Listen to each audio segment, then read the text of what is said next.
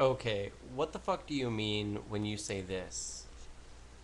The president has been on a months-long arm-twisting drive to promote Nazi health care, ultimately designating lives unworthy of life as Hitler decreed, despite warnings from senior officials that this will destroy his presidency.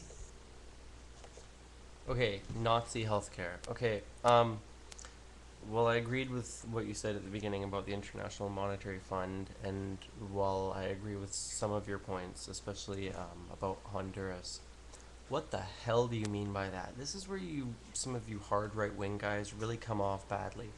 What the hell do you mean by Nazi healthcare? You don't think that kind of makes you guys look bad to throw out such like a crazy term? Okay, um, first of all, I assume you're not in favor of socialized medicine, which is fucking great. I gotta tell you, living in Canada. Um,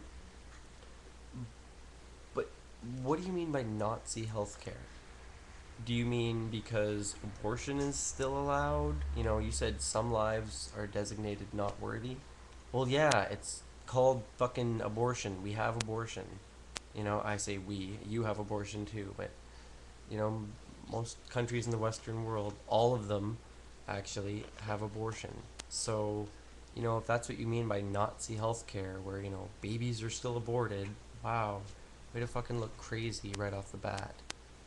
Like I said, you know, some of what you said is sensible and I agree with it, but, you know, to say that, you make your cause into something comical and ridiculous at that point.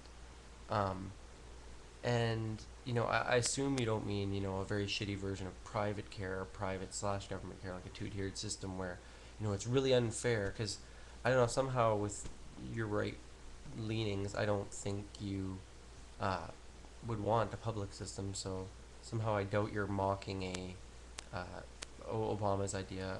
If you know this is what you think he's doing, his idea of improving healthcare, you know, and you don't think it's good enough, you don't think it's socialized enough, whatever. Somehow I really doubt you think that. So I can only assume that you mean something ridiculous like abortion, like, you know, there will still be abortions, or, you know, maybe something like Terry Schiavo.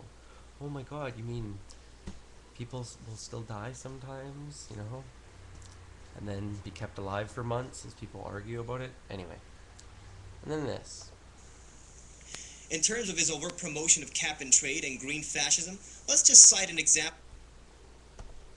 green fascism. Green fascism? Let me explain something to you. You might not read a lot of science magazines. Maybe you're more into reading political magazines or something, but I think I can firmly state that, and you could see it in the documentary even, I think I can firmly state that every living system of this planet, I didn't say organism, I said every living system is in decline. I'm a big fan of fungi, the or the filaments of cellular tissue that both give rise to mushrooms, and sometimes you see the mushrooms pop through the earth, and sometimes don't give rise to mushrooms and occupy the topsoil all around the entire world. Actually, as Paul Stamets says, if you took um, uh, some mycelium and you spread it end to end, what's the amount of mycelium in a cubic soil, or the cubic inch of topsoil, and you spread it end to end, the cells end to end would line up to be 8 miles long. So fungi are incredibly important. They help nourish plants, and they help young seedlings end up at the top of the forest canopy. And too many things to even mention right here. I'm gonna have a whole series on fungi and microbiology and stuff though. But basically, even the fungi are disappearing. You know, the forests are disappearing. Look into Paul Stamets actually, because he has found a species of fungi that actually the U.S. government is incredibly interested in terms of fighting smallpox, which I don't know if you know, but many people aren't immunized from smallpox now. It's one of the actual threats that does face us. So, you know, he makes the argument we should protect the forest as a means of national defense, and that's not hippy dippy. So, Yeah, what irritates me about people that use these terms is you don't fucking know the science, you know? People like you don't understand the science or you don't care to read it. And then you have the fucking nerve to use terms like environmental fascism. You know? We all do need to cut down on our fucking use of resources. We all do need to do things differently. We need to get our energy differently. Like, any person that argues that against that nowadays at this point in history, like, you know, you might have some people that agree with you, but anybody that's intelligent just shakes their head at you because